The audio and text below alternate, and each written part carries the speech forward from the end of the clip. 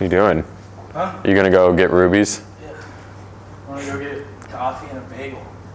And then I can sit over here and be Joe Rogan's guy and look things up. There we go. Here. Can you give me a What's sausage? What's his name again?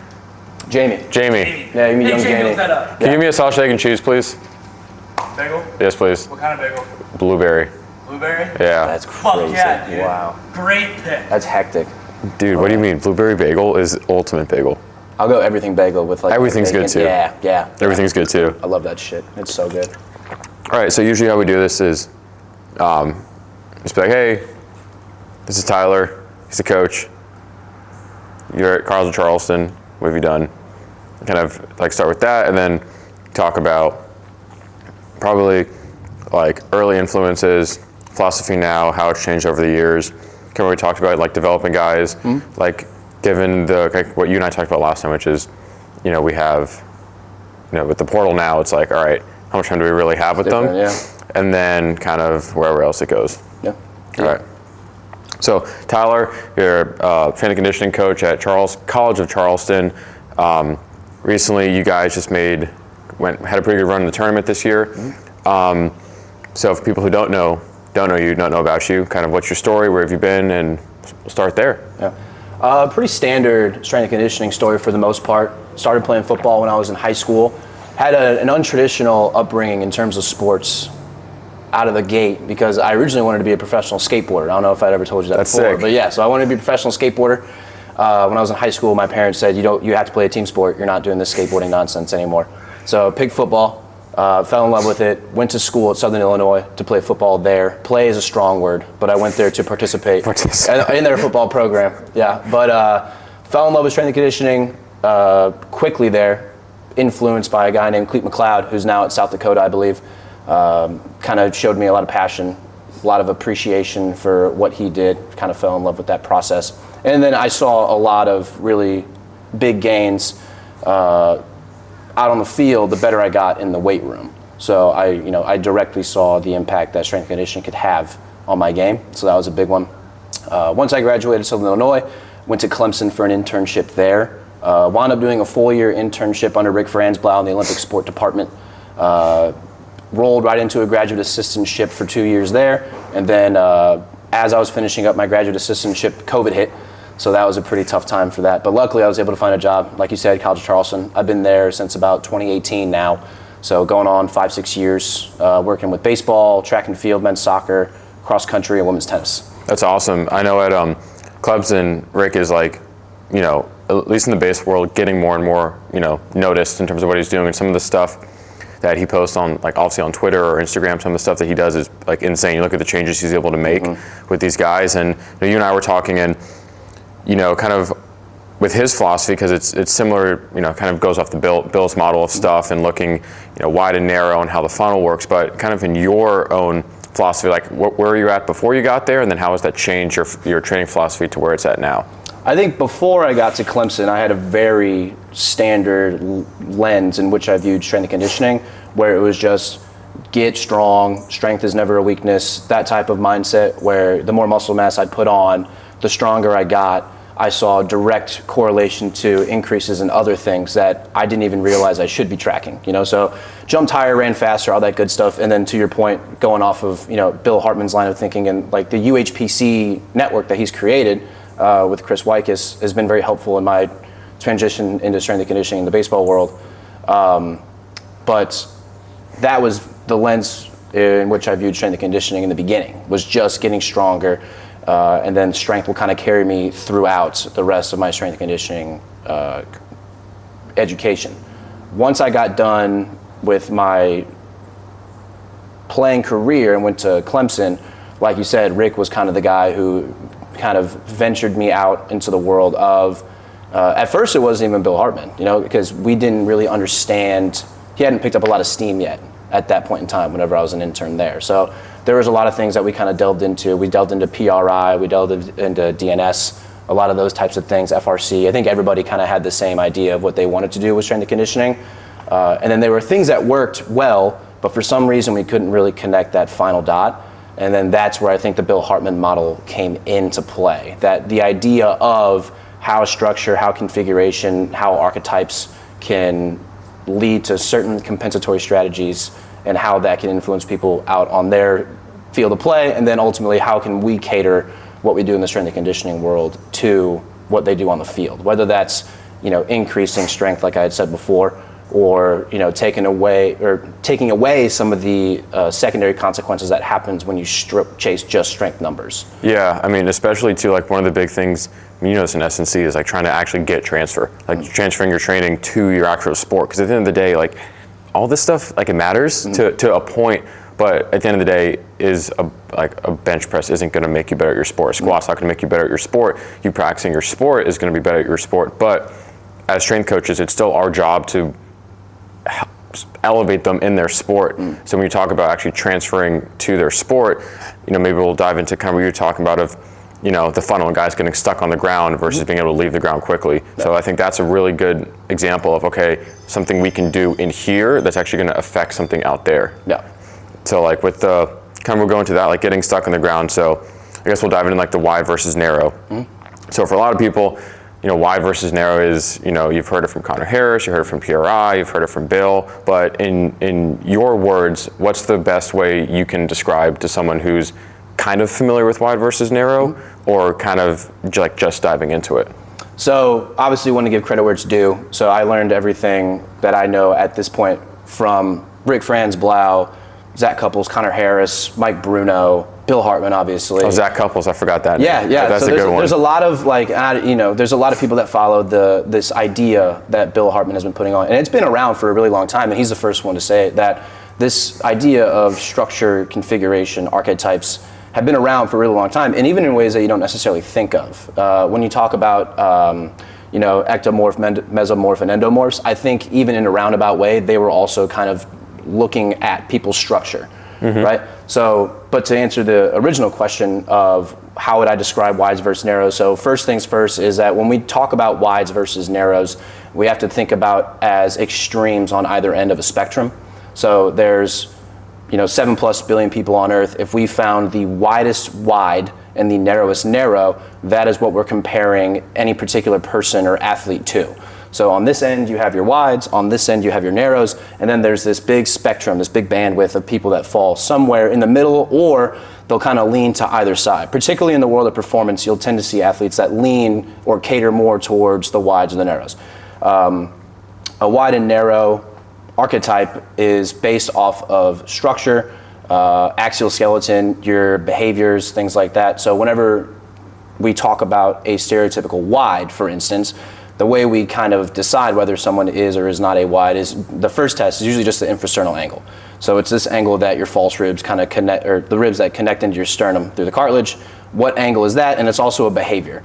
So what does their breathing behavior look like whenever you're running that test? So if I were to lay my hands on an athlete, if I am allowed to do that, I'd look at their rib cage as they take an inhale and an exhale, and what does their rib cage do whenever it does that? A wide will have kind of a sharper angle here, or a wider angle rather. They'll have a lot wider angle that's usually easier to see the inhale and the ribs kind of come up.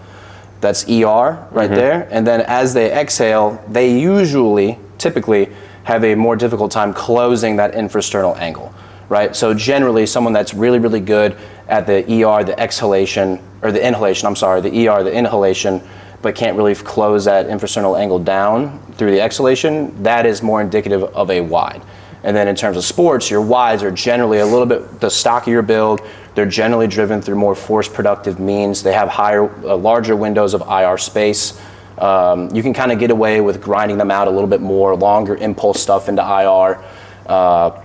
And then your narrows kind of fall on the opposite end of that spectrum. So if I were to put my hands on a narrow, my thumbs would actually come a little bit closer together. You would see the inverse of a wide, again, on either end of that spectrum, right? So a really narrow person will have a tough time creating that expansion into my hand and having the ribs come up, but they have a really good job of actually closing down that infrasternal angle, right? And then that comes with kind of the opposite end of the spectrum of the wides. So they have a better time expressing velocity. Their window for IR is shorter. So those are the athletes that you tend to see secondary consequences of excessive strength work, like we talked about before, getting stuck on the ground, losing their IR spaces, their ER spaces as well if they get compressed a lot. And they're generally better at turning, right? So when we're talking about structure, we're talking about infrasternal angles, it's based off of like a helical angle. So the longer, skinnier tube is going to have a much easier time turning around its center of gravity. A wider person will have a harder time creating turns through their system. Yeah. But again, it kind of depends on what you want from that athlete and the sport, because the sport ultimately is going to dictate, what structure is best for the task. And I think that that's a great point, is that it doesn't always matter what they're at if they can do something well in their sport. So like, and then, like dictating their training, like, I think it's a good idea, whatever philosophy you subscribe to, like, use that philosophy in your training, but you can't just be completely married to that and forget every other principle that we've learned. Because like, if you obsess over one in particular thing, like, okay, he's a wide, we have to do everything like this. It's like, okay, well, you can't stress it as much as you can doing other stuff, because you're gonna be so focused on individual intricacies of that, of what he has or what he doesn't have, versus, hey, we'll grind some stuff out and we're still gonna get after everything else. So I think it's important to, have that distinction between, okay, just because you test into this or you use this theory, like we talked about last time, you still have to, there's so much other things like sprinting, jumping, lifting, crawling patterns, like DNS, all this stuff that we can still throw in there. That's not like completely to that. And I think in baseball too, I think this wide versus narrow kind of, I think it was a couple of years ago, like maybe last year, 2 years ago, there was like this huge debate on, okay, we have to classify everyone, and everyone's a narrow, but they have tertiary compensations that make them a wide. There's all these other things, and I think a lot of people overcomplicate it, and there's a bunch of different names for it as well. There's like velocity dominant, there's force dominant. Well, even with those types of things, you never really want to use one test to decide everything that you're doing. And even when we talk about ISA, we talk about archetypes, it's not supposed to be something where you say, this person is going to be stuck in this bucket of they can only do these things. It's something that can help you make more informed decisions. Yeah. Especially at higher end sports, you tend to see a lot of the same structures, right? Obviously, there's going to be people that are going to lean more towards wide versus narrow, but you're never going to make somebody a wide. You're never going to make somebody a narrow. It's an inherent structure based off of like basically your genetics. So you're not going to change that. You can kind of cater things toward their abilities, but to completely throw the baby out with the bathwater because somebody's going to be classified as a narrow, as a wide, in my opinion, that is irresponsible. Yeah. Because you're not necessarily looking at the person as an individual, because again, it is a spectrum. Just because somebody classifies as a wide doesn't mean they can only do things that the widest person in the world can do. They might still have some structures and some biases towards external rotation and towards a narrow end. They might not be as wide as you think they are. But again, it's just something that can help you make better decisions. It's not something that should be used to pigeonhole athletes and fear-monger. Because the last thing that people should use this sort of ideology for is to say, you can't do this because you're X. You can't hinge because you're a narrow. You're not going to do high force productions because you're a narrow. I think that tends to get I think that is what gives the model a bad rap. Yeah, that you try to pigeonhole these athletes into certain things because of their structure, and I don't think that's necessarily what it was created for. It was created to help you make better decisions, and then you can monitor those things, right? So KPIs that you have deemed important, you should keep tracking those, because you can push, for example, again, you can push a narrow strength work to a degree that is going to benefit their sport. They will be able to produce forces at a higher rate. They will be able to still have those windows to express IR and rotate efficiently. It's when you push it to the nth degree that it becomes problematic, right? So it's continually tracking your KPIs that you have deemed necessary and important for a specific athlete, while keeping, in the back of your head, keeping in mind that this is probably what their bias is going to be. They're probably not going to have a ton of improvement from grindy force production, strength work only. And I think, you see it with a lot of really good strength and conditioning professionals. There's similarities in most programming, right? There's rotation, there's crawling, there's interaction with gravity on the ground, so you can produce a little bit more relative motion space, especially when you have contacts on the floor and gravity's helping you out.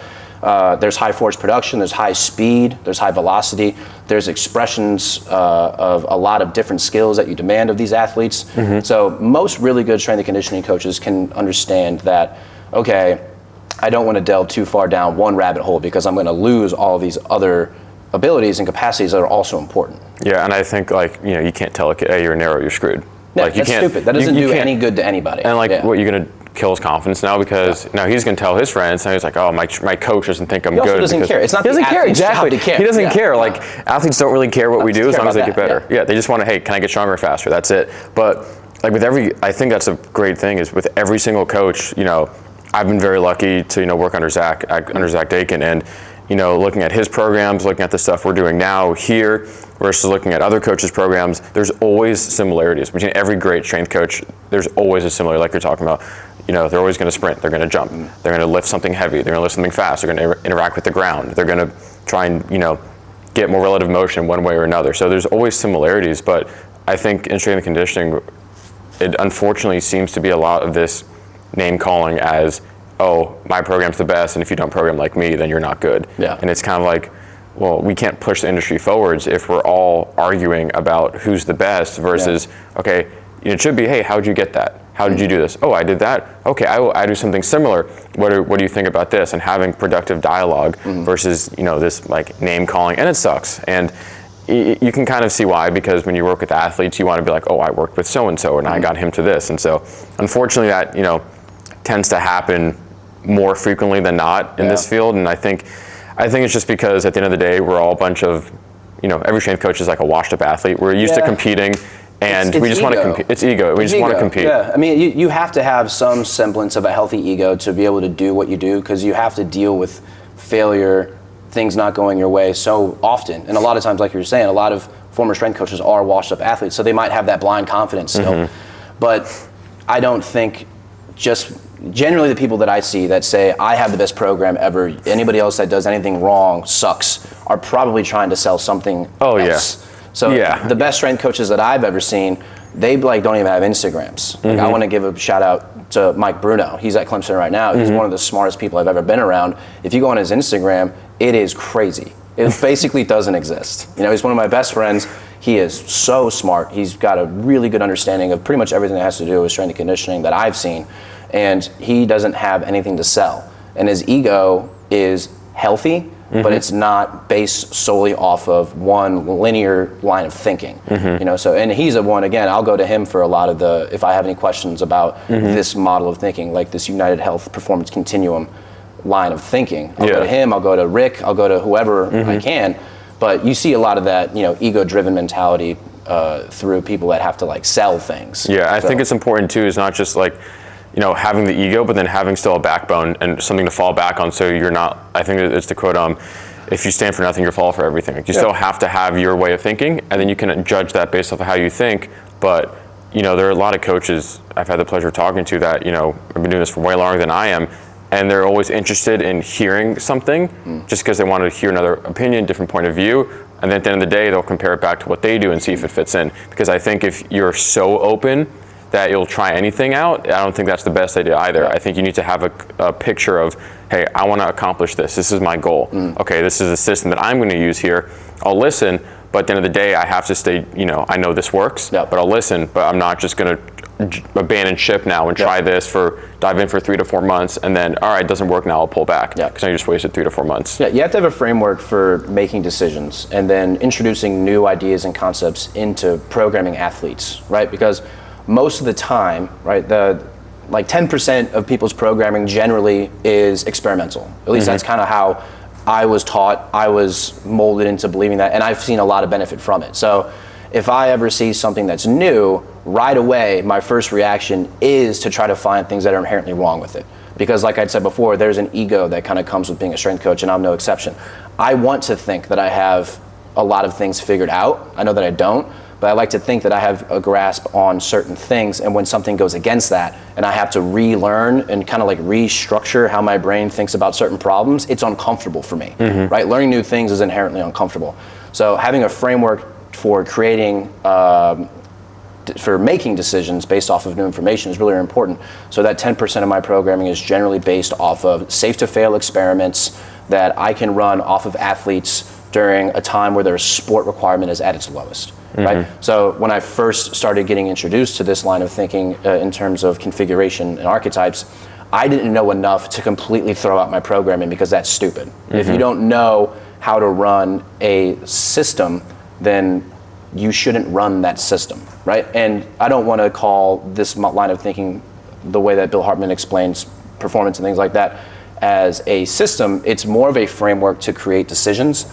So whenever I learn something new, I find an athlete that I see those similarities with from what I've learned, I am straightforward with them. I tell them right away, I'm like, I don't know much about this right now. Do you want to try this with me? Like we can learn together as we go about this. And then 99% of the time, they're like, I trust you, we'll go for it. Because I try to start with those safe to fail experiments where at worst it doesn't do anything, right? It's not gonna make them any worse. If it improves something to the slightest degree, that's fantastic. And maybe I'll start to introduce it to other athletes that kind of fall toward that person's bias. But most of the time, whenever I'm trying to create new decisions into my programming, I start with that. Lowest hanging fruit, things that require the least amount of intervention, the things that if nothing happens, it doesn't change their whole world, and things that are small, things that they can do on their own, day to day, because the idea of compression, getting people stuck into the ground, all that good stuff happens at the very end ranges of performance, right? Because this line between health and performance is thin. Because if you're looking at the highest level athletes, you're not necessarily worried about 100% health, you're worried about performance. You obviously want health. Health is very important, but performance is the name of the game. I think that's such an important point. I think a lot of coaches, I've been very guilty of this before, is throw out performance for health because they're saying the best ability is availability, which is true.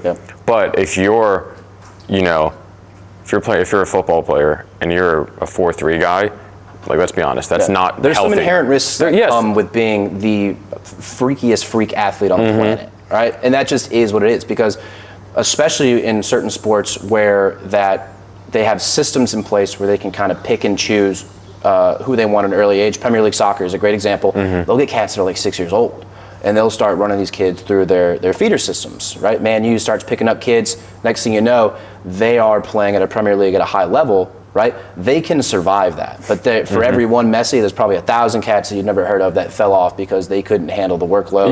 Their health fell off for one reason or other, and that's sad. But it is what it is. That's the nature of the beast. Like, if you're talking about performance at the highest level, not everybody can do it. Right? So you have to, as a strength and conditioning coach, the way that I'm viewing it is I want to make sure that I'm not doing any harm to the athlete, and then I'm pushing their performance to a point where they can see a lot of benefit from what I do on their field of play. And then if there are things that pop up on the health side of things, then I intervene. But I don't want to automatically come in and say, I'm going to restore relative motion here, because relative motion is going to dampen all of your force producing capabilities. If you're trying to do something at a high level, you want to rotate fast, you want to run fast, you want to lift something heavy, you have to be able to orient, lock things down, and then use more superficial muscular strategies to get that task done. Relative motion is going to kill force. Yeah, and well, I mean, the best athletes are the best compensators. You have to let them do what they're good at. Like, just because a guy, let's say a guy's really fast, but he's got no relative motion, you give him relative motion, he's going to get slower. You want people to walk around with relative motion, right? Because like the first level that I'll try to talk to athletes about is just breathing, right? If you're thinking about breathing, generally things kind of go awry, right? Breathing should just be like something that you do. It's, you inhale, and then there's like an elastic response at your diaphragm that just kind of snaps it back, and then boom, you exhale. You shouldn't be thinking about it. If you walk around with a lot of muscle tone, with a lot of compensations, with a lot of orientation, that is a problem, because then you're putting a lot of stress on certain tissues in your body that at some point could potentially give way, all right? So relative motion is important during low force activities like living in your daily life. But when it comes to athletic performance, relative motion isn't what you're looking for. You're looking for performance. Especially high velocity movements, which is sport. Anything involving quick acceleration. You have to lock things down. Otherwise, you will just crumple right into the ground. Well, the body has to protect itself. Like, I think one thing I've kind of thought about in terms of strength and conditioning is we're just trying to protect your body from your sport. It's kind of a lens I've occasionally looked at in the past, something I'm just looking more into now, where your body's going to build muscle or armor around what it has to do, and it's going to compensate itself based on the task you're trying to place on it. And then there was one thing I thought was interesting. Might be saying this wrong, but in terms of that kind of model, your HPC model, is the idea of like a really high stressful movement versus a really low effort movement done multiple times. And the idea that, I think it's one is not necessarily better than the other, but it all has its time and place. It kind of depends on how you get the movement done. If it's a low effort movement that you're doing thousands of times, then at some point there's going to be high effort in it, because if you're doing it repetitively, at some point you're just going to like fatigue out. So if it's a low effort movement done throughout the day, like walking, I don't think necessarily it's going to put as much strain as doing something really high effort a couple of times.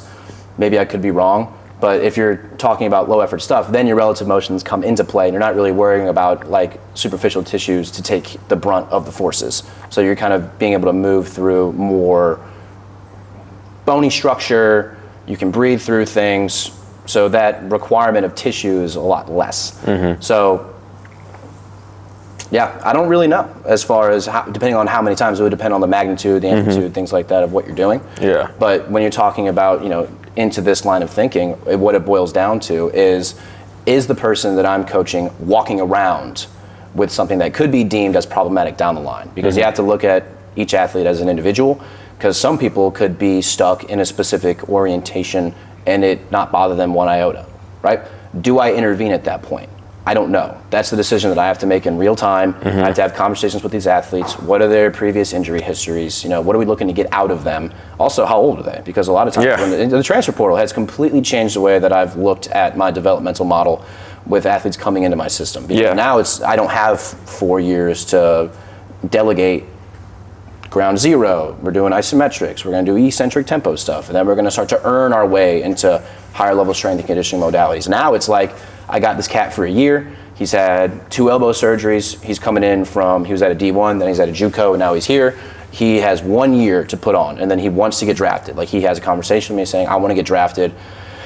I have to kind of shorten that window of adaptation, and I have to have a conversation with him saying, if we do these things, here are some potential consequences that could happen. But if you can handle this level of training, I think you'll see a lot of benefit, and potentially you can increase your chances of getting drafted. But that, again, it all depends on I think treat an athlete as I think that question also has a lot of nuance to it as well. Yep. And then, especially with the transfer portal, like Dakin was talking about how with his guys, he's like, it's completely, for him, it hasn't changed it so much so, but it's just something he kind of pays attention to now. Because he was a big slow cooker. Because you got him for 3 to 4 years, you can spend a whole year on development, and at that level, you're going to get so much more out of it. But now, you spend a whole year slow cooking a guy, he goes somewhere else, and it's like, not that you didn't waste your time, because you probably gave him a good base where he's going to go, but you have to, you have this continuum of, okay, do I get him where I want him to be for next year, or do I just say, screw it, and we're just going to throw you into a performance model rather than a developmental model?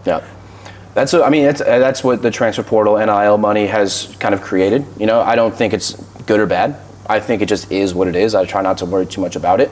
But that's the reality of the situation, is that you're not necessarily going to have 4 guaranteed years with these athletes anymore. They might leave year after year after year. That's not uncommon. But that's where the conversations with coaches, I think, come into play, where you have a sit down with your coaches before the year starts and say, what are some guys that we're bringing in that we are hoping to have a big impact on our team?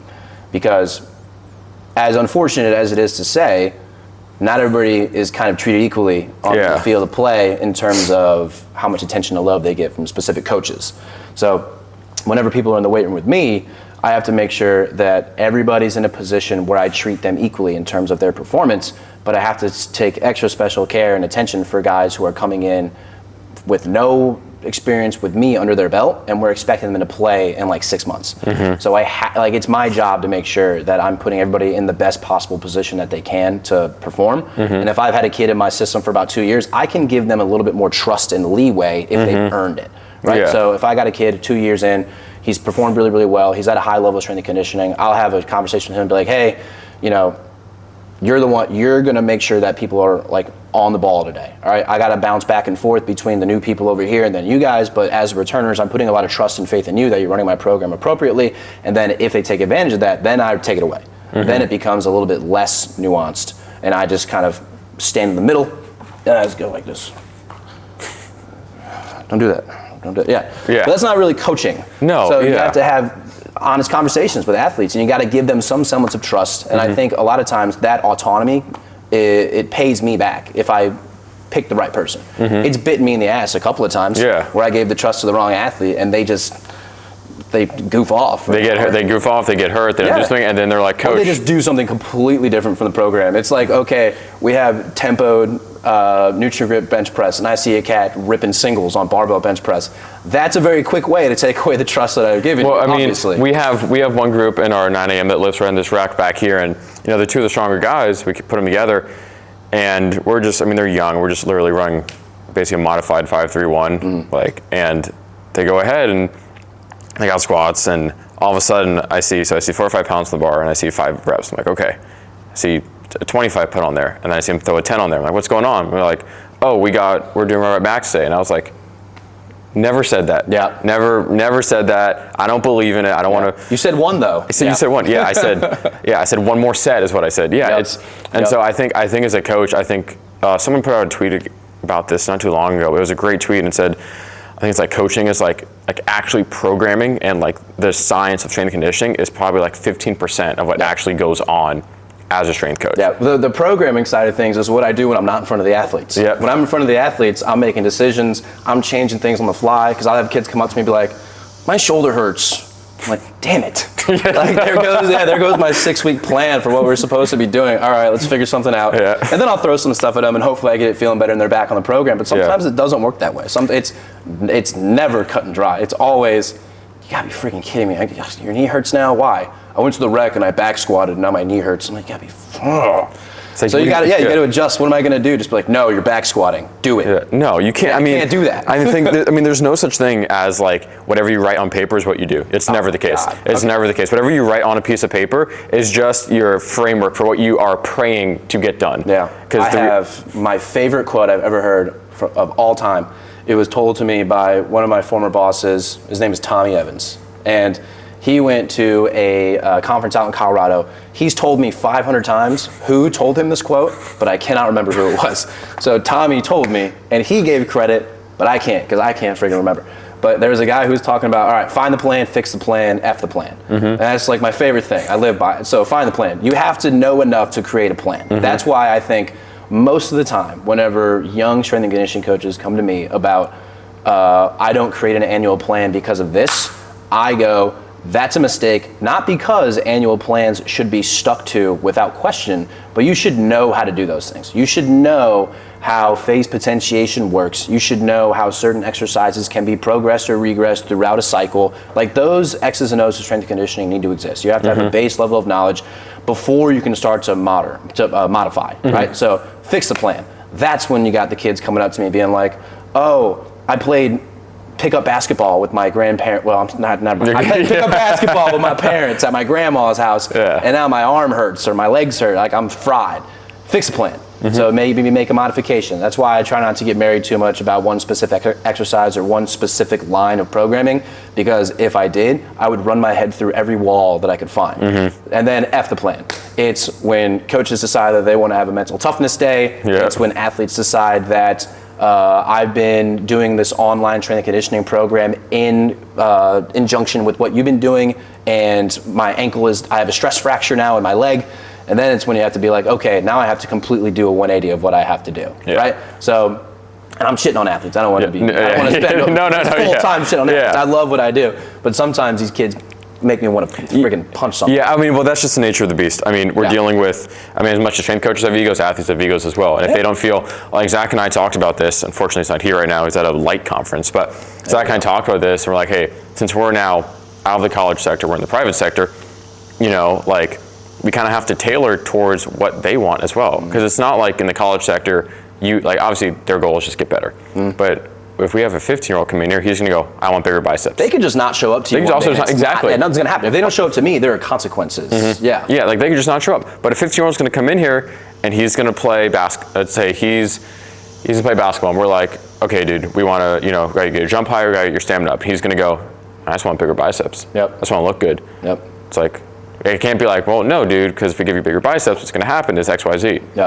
He goes, I don't care. I want bigger biceps. It's like we need to allocate time into things that are important. Well, it's like athletes don't want to hear that. No. Because they want to be the DK Metcalfs of the world. Yeah, they want to be the Zion Williams of the world. It's like, that's not going to happen, man. Like, if you were, you would be there. Yeah, exactly. And so I think there's also a point, too, of like, in your program, like catering towards your athletes at some point, whether it's, arm for arm on Fridays. Or throw a bone. Throw 'em a bone. Like, you got to give them a bone every once in a while. And I think, this guy named Logan, I think he's going to kill me. Logan Utaki. He's a strength and conditioning coach at TCU. He's with beach volleyball and track. And on Fridays with beach, they get after it. They want arms. They get arms on Friday. Like, he's the perfect example of like throwing his athletes a bone and kind of building that, because it also helps with the relationship with your athletes as well. Yeah. If they know that, hey, my coach obviously cares about my development, but like if I tell him, hey, coach, I want to look good this week, and he's like, all right, we'll go hit some arms. Because hopefully at that point your coach is informed enough that they can give you those types of exercises without having to worry so much about the secondary consequences, which do happen. But I think ultimately what's going to dictate whether or not a program is run effectively or not is going to be buy-in.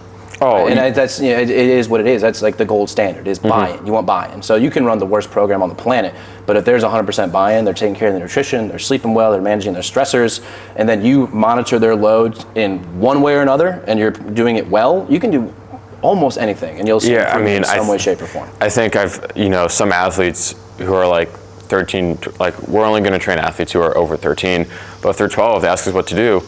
Do some push-ups, do some sit-ups, do some pull-ups, do some squats, do some lunges, get 8 hours of sleep, eat, do it 4 times a week. You're probably going to get better results than you would going to some other place that you're only going to half do. Yeah, youth development is a whole different ball game. I'm gonna say I got a little brother, and my mom would constantly tell me, you should write him a strength and conditioning program, and he would be like, I don't know, 11, 12. He's 11. I'm like, he doesn't need that. Like, No. let him play basketball. Yeah, he wants to play basketball? Let him play basketball. He wants bigger football? Let him play football. If he wants to get some bigger biceps, go some curls. I don't care. Yeah. Like, youth. I think youth training. I think there's two ends of the spectrum on that. I think there's the way of, okay, we let them just do whatever they want, and we don't give them any like structure at all, at least, or a guideline for what comes next. And you have the other side of it is we have to do this animalistic style of movements and crawling, and it's like we have to develop them athletically. I think there's a point to both, but I think like we're talking about with wide and narrows, it's a spectrum.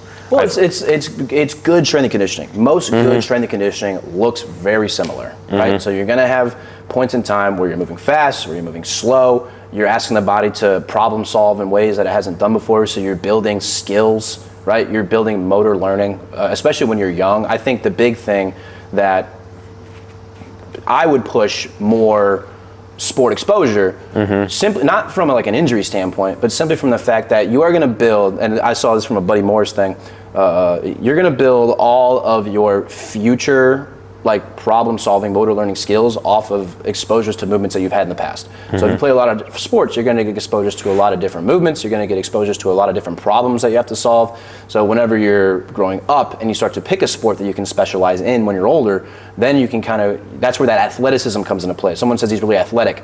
Generally that's just like he can physically problem solve really, really well. Right? I think, that's a great definition of sport. Sport's just problem solving. No. It's all, you have your task.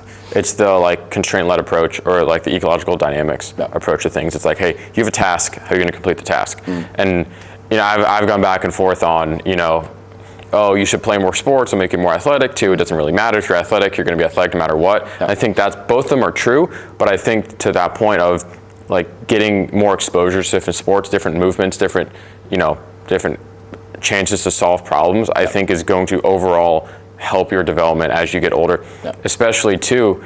If you look at, you're obviously very familiar with this, but the baseball injury epidemic that's going on, and it's like you're playing year round, you're never taking a break, and it's like play another sport. Take stress off of the energy system you're using, but also the movements that you're doing. Like if you're playing baseball and go play soccer, do something completely flip side of it. So one you get an energy system you don't really use, but also you get a break from what you're doing, both mentally and physically. And I think that's an important point is, I think with development now, especially that 14 to 16 age range, especially with baseball, is, hey, let's spend time actually developing you versus playing your sport. Because if you're playing year round, you got your spring team, you got your summer, you got your fall team. Okay, you're playing basically every season. you're going to make the excuse of, oh, I can't train because I have practice. Yep. It's like, dude, if you were to just, hit 2-3 times a week or throw a bullpen once every other week, like, you're going to be fine. You're not going to all of a sudden lose your skill because you haven't done it for a week. Let's spend like a summer or a fall actually training and developing physically, then going back and see what happens. Yeah, I think too, when you're talking about younger athletes, even in the high school level, depending on where you're at, the skill demand of some of the sports that they'll be playing, depending on like the level, is way lower than what you see in college anyway. So if they take more time off from the skill of it, if they're a good athlete, they'll be a good athlete. They'll figure it out pretty quickly. You're not going to lose it all together. It's not how that works. So I'm always advocating for young people to play a lot of sports, just because, generally speaking, your sport's going to pick you. Like, you're not going to accidentally go from baseball to I'm the greatest soccer player now. Right? The technical, tactical, physical, psychological demands of each sport is going to be different, right? So you're going to cater towards specific individuals at higher levels, but at lower levels, you can be somebody who wouldn't necessarily be picked as the next great at something, but perform at a really high level because the skill demand for being good at that level is a lot lower. Yeah. So I think if you're going to specialize in a sport quickly, I just don't really see the point in it. Because if you're going to be really, really good at that specific skill, then you're going to be good at that specific skill until you start to run into those talent gaps that decrease, which is what you see now, especially with the transfer portal, the mid-majors, the D2s of the world. They're getting really good. Yeah, really good. Well, look at LSUS or LSU Shreveport. Yeah, the perfect season in baseball, which is crazy. Like, that's insane. It's like that's an NAIA school. I don't think people understand how impressive. No, I don't think it's incredible. It's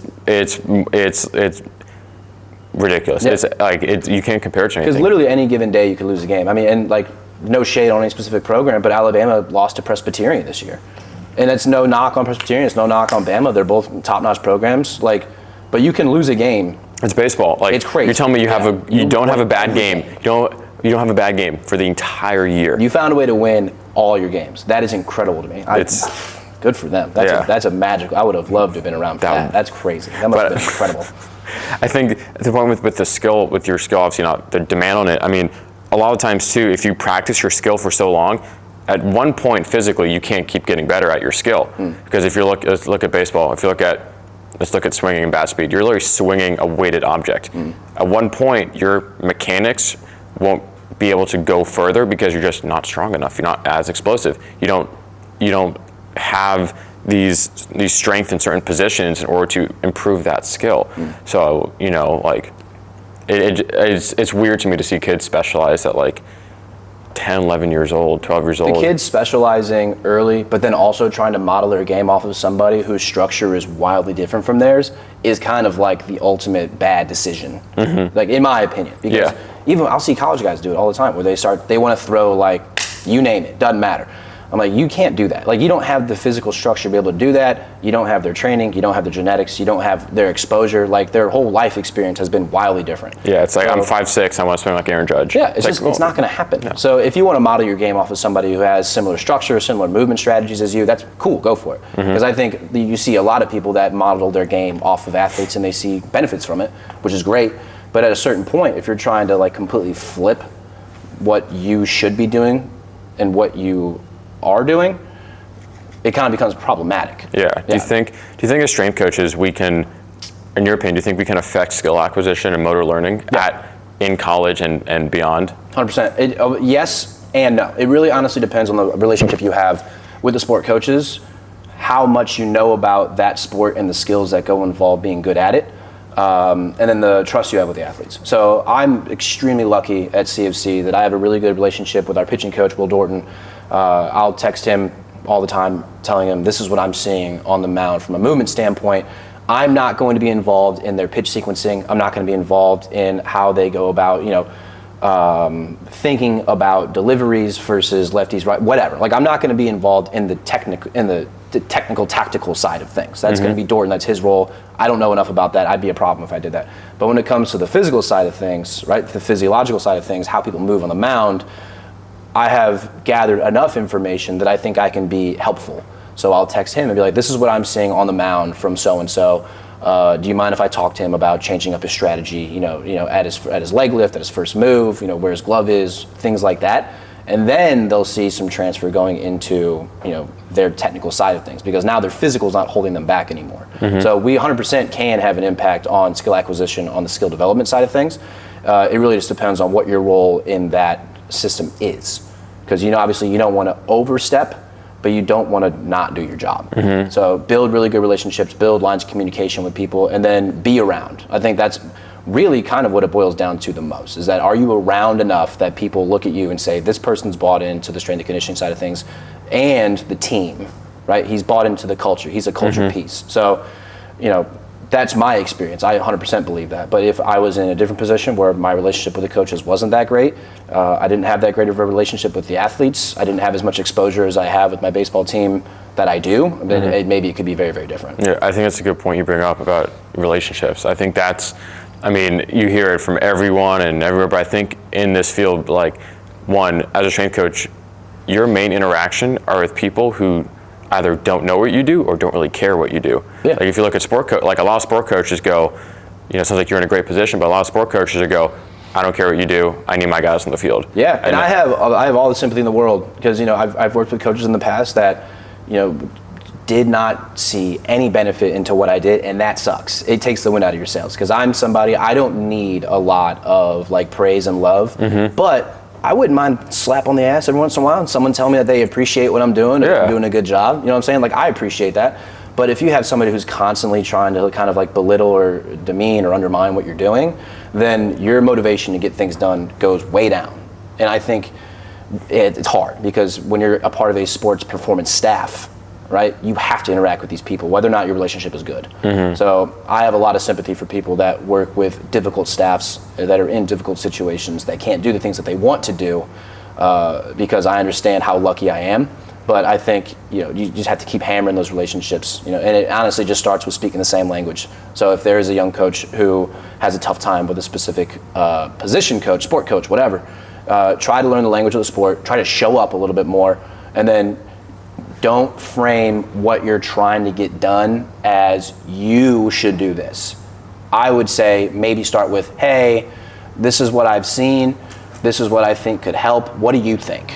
Right? So you want to involve them in the decision-making process, because like we had talked about, ego. Head coaches have an ego because they have to protect their job. Their whole thing is to win. If they don't win, they get fired. I'm not directly tied to winning in my job. If the baseball team, if my soccer team, if my track team doesn't do well, I don't get fired. But if they don't do well, the head coach gets fired. So you have to have a little bit of understanding as to why they might be holding their cards close to the vest. But it's also our job to interact and to collaborate. So I'm always going to make that effort to, initiate communication, try to come from a standpoint of us instead of me, because it's not department. It should be all encompassing in the sports performance umbrella. Yeah. And we all kind of work in tandem with each other. We're all, on a support staff, performance staff, head coach, players, it's all the same team. Yep. Your whole goal, your goal at the end of the day, obviously get them better, but you want to win. Winning is fun. And so winning makes the job significantly easier. Makes it a lot easier, But makes me look smarter. It does. Your goal is get them better in the hopes that they play better and hopes that they win more. Yeah. And so the coaching staff wants them to win. Support staff wants them to win. So everyone's always on the same page. It's just sometimes I think structuring it in a way, like you're saying with young strength coaches, of saying, hey, look, I'm here for you. Yeah. How can I assist you? Yeah. It's kind of, I think, the best way to frame it. And then, once you've built that trust and have earned it, then you can go ahead and say, hey, you know what? I don't think this is the best idea for us. I think we should do this. But you can only do that once they know that your goal, that you guys are on the same page. Because at the end of because a lot of times these coaches think that, you're trying to undermine them and trying to say, oh, your coach are doing something dumb in practice. Don't do that. No. Whether or not you think a coach did something stupid in practice is irrelevant. You should not be undermining the head coach in front of the athletes, because then it looks like you're pulling in two different directions. And you want to talk about the best ways to kill a culture, kill it from the inside. Yep. Right? So even if I think what a coach has done is the dumbest friggin' thing on the planet, I'll always go back to the athletes. If they're complaining about, I can't believe we ran this today, I'm like, there's a plan. There's always a plan. I know you don't see it right now, but you just have to trust the process. And then I'll make the adjustments on my end if I need to, based off of what they did out there. Yeah. And that's where those open lines of communication come from the coaches. Well, they'll tell me beforehand, like, hey, we did this because 3 people missed class check. if they don't do the bare minimum of what they're supposed to do, I have no leverage to be like, you shouldn't run them because physiologically this is supposed to be their low day and you're going to fry them. I can't do that. Are you kidding me? No coach is going to care. They don't care. They're like, class. You miss class, you got to. Yeah. I can't do that. And I'll tell them straight up, like, I can't defend you if you don't defend yourself. If you don't show up to class, right? If you go out and drink and get caught doing it, like, I have no footholds. You guys are putting me in a tough bind because from a physiological standpoint, from the physical development standpoint, I'm the expert in our staff, right? That's what I have been entrusted to do. That is my job. I take it very seriously, but I also understand that when coaches see athletes do the wrong thing, they got to do something. And it's kind of like an old school thing to punish them with physical stuff because the physical shouldn't be a punishment. It should be a preparation into the process of winning. But waking a team up at 6 a.m. and cleaning, if that's all an athlete has to do, I have heard athletes talking to each other, and this is not a joke. They'll be like, I'm going to go out this weekend. What's the worst thing that's going to happen? I'm going to have to get up early and clean, whatever. And then it clicks. It's like, all right, I get it. Because no athlete wants to run 300s as a punishment. Versus, you know what I'm saying? Like, I would much rather, as an athlete, run a little bit of 300s, or I'd much rather as an athlete clean and run a bunch of 300s. Yeah, no, I would. Yeah, so I understand. Yeah. So you got to, like, they have to give me a little bit of leeway. Yeah, I mean, even here, we did a little bit of punishment, but more accountability. But at the end of the day, it was an adaptation we were trying to go after anyway, that we were going to do at some point. Yeah, I personally don't punish physical, but if the coaches do, I totally understand. Yeah, you understand. Yeah, I mean, when I had my fair share of time as an athlete, having to, run and do unfun things because of teammates doing stuff they shouldn't have done, and I think as an athlete, it's just part of it, and you just get used to it. But now being on the other side as a strength coach, I always have this like, what are you doing? Yeah, no. Like you're literally like, it's selfish. Like you're screwing up my week. Yep. You're screwing up like this whole plan I had, this perfect plan that I put together, you've now ruined because you decided, and it's like. They have F'd the plan. They have F'd the plan, yes, exactly. And you'll get that probably forever. As long as college sports exist, and you got young people hanging around each other, you're gonna friggin' get that. I mean, we get it here now too. Just not with punishment, but like they show up once a week, and now, hey man, next week you're starting this. I only came 2 times. It's like, well, we wanted you to do this. You're not ready for it. You're not ready for it. Now we got to spend more. Exactly, we got to spend more time and they go, oh, well, I want to do it. It's like, well, you can, but you're going to get hurt, and I don't want your mom. Now instead of hey, your coach yelling at me, I don't want your mom to call me or email me. Why is my son not? It's both are bad, and you don't want to deal with that. And then speaking of development and like changing your plan and all that from freshman, let's say from freshman to junior, you get a guy in. As a freshman, do you still have that, slow cook mentality when it comes to freshmen, or do you just try and get them ready to go towards like, hey, this is the program like right away, or do you be like, hey, you come in and we got, how fast can we get to here, or is it, hey, we'll take our time with you, or does that kind of depend on what the coaching staff says this athlete is going to be for them? A little bit of both. So like what we want from an athlete, and like you said, if they are coming in as high school freshmen, generally, you don't get a ton of high school freshmen that transfer the next year unless they have, promised playing time that they didn't get or a really bad relationship with the coaches. So like I don't generally see a bunch of freshman transfers. I'll see a lot of like redshirt freshman transfers. I'll see a lot of transfers after they play their sophomore year and they want to go somewhere else. But if I have a kid who's in high school who comes in and then they train with me and they have a good relationship with the coaches, they generally don't transfer the next year. So when I look at the high school side of things, I still treat it like a longer term athletic development program. So, and they can like test their way out of it, right? So we have certain numbers that they're supposed to hit based off of relative strength, positions that they need to get into depending on the main lift for that day, right? So like I have positional requirements and percentages based off body weight for split squat work, for lunge work, that I did not come up with. I did not come up with this, but those are things that I have seen a lot of benefit from, where you can start to earn a little bit more higher level programming, right? Because a lot of times whenever you throw a young person into the fire too quickly, you kind of get bit twice. So you don't get the adaptation that you want the first time because they're not ready for it. But if you come around again when they are ready for it, they've already kind of adapted to it, right? And I don't remember who said that, but somebody else said that. So that wasn't me saying that. But I still have that longer term athletic development model for a young person that's coming in from high school. If it's a transfer coming in from a JUCO, from another Division I spot, a D2, whatever, and they've only got like 1 or 2 years left, then I can kind of program a little bit differently depending on their strength and conditioning experience. I'll get in touch with their former strength and conditioning coaches and I'll ask them, A, injury history, what type of movers are they? Are there any sort of movements that have been problematic for them? Like, are there certain exercises that bother them? Are there variations that they've done? And then I'll kind of get into the opposite side of things, where it's like, how were they in the weight room? What's their mental like? How do they interact with other athletes? How do they react to being challenged in a group setting? So I will cook them a little bit quicker. I'll kind of pressure cook them, but they still have to come in and earn their way into higher level programming.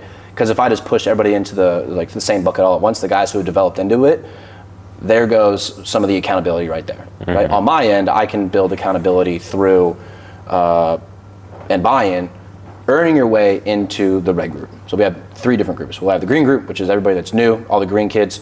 Then we got our yellow group, who is kind of like the midway point. They've gotten out of like dumbbell split squat work. They might be doing some heavier type programming work. And then we got our red group, who have kind of hit all of their relative strength numbers that they need. And then we're chasing a little bit more individualized programming based off of their structure, certain issues that they have or don't have, what they need, things like that. So I try to treat it like as individualized as I can within the group setting. Yeah. But to the original question of how do I look at my developmental model from a freshman, is I can still treat them like a longer term athlete when they come in from high school. And then if they come in from a JUCO or a different college of some kind with like 1 or 2 years left, then that plan kind of gets pushed a little bit more aggressively. Yeah, and you still, like you said, figure out where they're at, and then you just try and speed them up and push them towards, hey, if I got 1 year. They might go into the red group within a couple of weeks. Yeah. So if they come in, if they have because you'll see it a lot now where not lower level, but mid-major type schools have really, really good physical development programs. There are some really good ones out there. There are really good strength coaches out there, and I'll get in touch with them. I've had the pleasure of talking with a lot of different mid-major strength coaches who are top-notch, really, really good. Cats who come in, move well, look good, strong, athletic. They have really good this like intrinsic rhythm. So whenever we start to introduce like hopping patterns, rolling patterns, skip stuff, sprint work, like their rhythm is really good, their timing is really good. So I don't have to spend like weeks doing A series, positional isos, whatever. They've kind of graduated out of that, and I've seen it now. So, but they have to show me that they can. Yeah, I think that's important too on the strength coach side of things. Is like, yes, every athlete wants to go do them as a strength coach. Like, you don't have to be at a power 4 to be a strength coaching perspective. I've seen Division I strength coaches that are garbage. And then I've seen D2 mid-major strength coaches who are phenomenal. So it's like you don't want to get so enamored with the school and the name and the division. You just gotta look at merit, because it's not a meritocracy. Like, just because you're the best at something doesn't mean you're going to get the best job. So like, you got to take it for what it's worth. If someone tells me, hey, I'm coming in from Alabama, again, I don't know anything about Alabama's baseball program and how they develop. I don't care. Like, I'm not going to automatically assume that they have an incredible strength and conditioning program, because I don't really have a relationship with anybody at Alabama. I don't know them, right? So then you start creating those relationships, you realize that there are good people out there, but there are also some really dog water strength coaches at high levels. Yeah. I think my mom used to tell me this all the time, and she would say that, when I was, like, before I knew I wanted to be a strength coach, I wanted to, like, so I wanted to play professional sports, but on the side I was like, I want to do film stuff. I want to like video stuff and be a filmmaker. And I'd ask her, I was like, can I get like this really nice camera? And she was like, no. And I was pissed. I was like, why can't I get the nice camera? And she's like, well, you can get this one. You can be good with what you have right now. So when you do get the nice camera later, you're that much better with it. And I think as a strength coach, the same thing applies. Is every strength coach is always handicapped by the time frame they have with their athletes, the equipment they have available, and the schedule. The athletes they have, the time frame that they can train them, and the equipment they have. And I think especially at the mid-major level too, you're gonna, like you're saying, you probably love to have, more stuff than you have it. I mean, I love stuff. Yeah. Stuff is great, but we don't have it. And so as a strength coach, you have to get really, really good with what you have with you. Your system, however you run your system, you have to adapt it to the stuff that you have. And I think that's why you're seeing now a lot of really, really good D2, mid-major, even D3 NAI strength coaches that are really, really good, and they have like almost nothing to work with. They maybe have 4 racks, they have maybe a trap bar, they maybe have a cable stack, they have some dumbbells, they have no GHD, and they're getting people better. Yeah. It's because they apply principles of development with what they have available to them. You get some really good, really creative strength coaches off of necessity, right? And that's where, like, I kind of pride myself off being creative. Like, I like to think that I can problem solve really well from an adaptation standpoint, that I can get what I want from a lot of different means, right? I don't know everything about one specific topic. I don't think I'll ever be like the smartest guy in a room, but I think that when it comes to having a space, having equipment available, I'll be able to figure something out. I think I'm really good at that. But at the mid-major D2 and at whatever level, and even some Division I programs, like, you have to, like, 'cause you don't have the type of stuff. It's important to do your continuing education like you're going to have those things eventually, because especially with where strength and conditioning is going, numbers are very, very important, right? Sports science initiatives, technology, all that good stuff. You know, you got the force plates, you got the 1080 sprint stuff, you got all sorts of these really, really cool metrics to measure performance off of, and you should treat yourself like you're going to get to the point where you're at that high level, but also be realistic enough to, you know, be great where your feet are. Exactly. Like, if, like, I don't, you can't complain about not having these things. You still have to do your job. Yeah. Like, if we didn't have 1080, we didn't have force stacks, we didn't have anything, any technology, we all have a phone, we all have a stopwatch on our phone. Yep. We can all walk out or measure. You can buy a measuring tape for $5 from Home Depot or something, walk out 20 yards, time it. You can go buy a band for $20 and do resisted sprints. And then you can get different bands, different tension if you want to V-deck them. But, like, you don't, like, all this stuff we have, I feel like, because we've gotten really, really good at not having it. Because we resisted sprinting. Like, Zach like Dakin's resisted sprinting model is awesome. They have 8 1080s, by the way, at TCU. They have 8 1080s. Zach uses zero of them. He has smart speed, or at his place he uses it's the yellow one. Yeah. It's got the clips on it. What am I forgetting? We had those when I was there. Free lap. Free lap. He has free lap. What he'll do? He'll take your 20. He'll take your 10. He'll basically runs a modified 10-20 model. Grabs 5 chains, 4 chains, and 3 chains, and goes, you're here, you're here, you're here. Run for a couple weeks, then we'll retest. Like. You can run with heavy stuff. Like, you can get really good. And that's a guy who has 8 1080s. He could have 8 groups running at once. Well, sometimes numbers is noise. I think that's such a good point. Like, and that's coming from us who have built this whole facility about technology. But again, like, you know, like the model you use, it's just a framework. It's just to make more informed decisions on your training. Because, like, yes, you can train someone on the 1080, but, like, it doesn't matter. It's nice to have. It's great to have. It's great to do resisted sprints on, but, like, it just gives us a look into where they're at. So now when we go and do all this stuff, hey, we should do this. We should do this. We should do this. It's a way that you can measure performance a little bit more specifically, especially with some of the metrics that you get from a force plate, from a 1080, because you get so many, right? So you have to look at the ones, because, you know, for example, like, if you're looking at force plate data, you're not looking at every single metric. That's crazy. There's like 500 or something metrics. Yeah, there's a bajillion metrics, and if you look at all of them, you're going to spend all of your time doing, like, data crunching, and you're going to realize eventually I could look at, like, 3 things and then be good to go there. And again, it's more ability to create athlete buy-in, because you have numbers, but it's not needed to get really, really good improvements. But it's data. Like, data drives conversation. It drives your ability to make more informed decisions. Data shouldn't make decisions for you. No, even Vald, when you get the force decks, they have their pamphlet. It's got like 20 things on there. Like, they have over 500, and, like, being a slave to the data, I think is it's the worst possible thing, because you're going to freak out if their numbers aren't where they should be, or if this number's usually here and it's not. It's like, dude, it's okay. Like, it's you have to take it for what it is. It's information. It gives you more information to say, this is what I saw today. Maybe it has something to do with the numbers that I saw on the force plate, on the force deck, where we used to call it the groin bar, but I think they changed it. But, like, you know, it's information. It's really nice to have information, but you don't necessarily want to, like, live and die by it. No, and especially too with, I mean, you know, like you were talking about, we literally look at 3 to 5 metrics on the force deck, depending on the athlete and where they're at. And I bet there's a lot of really good studies that have a high correlation with those metrics. There's a lot of info out there. And I guarantee you, we could probably look at 5 more and get even better information.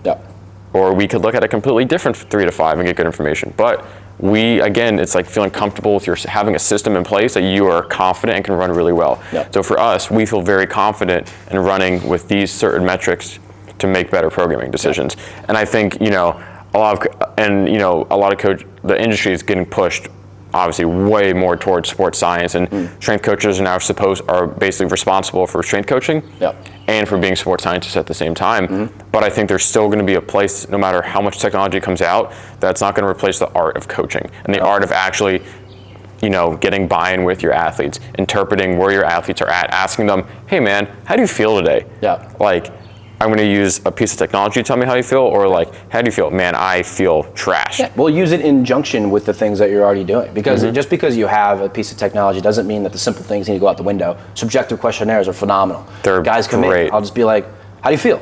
I feel really good today. And then their numbers are down.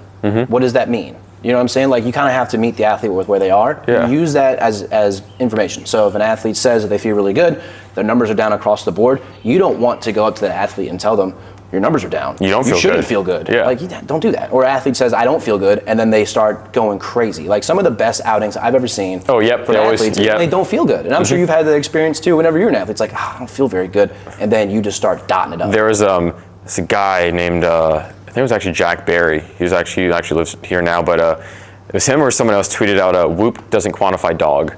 And the technology, it's not going to tell you if your guys got it or not. Yeah.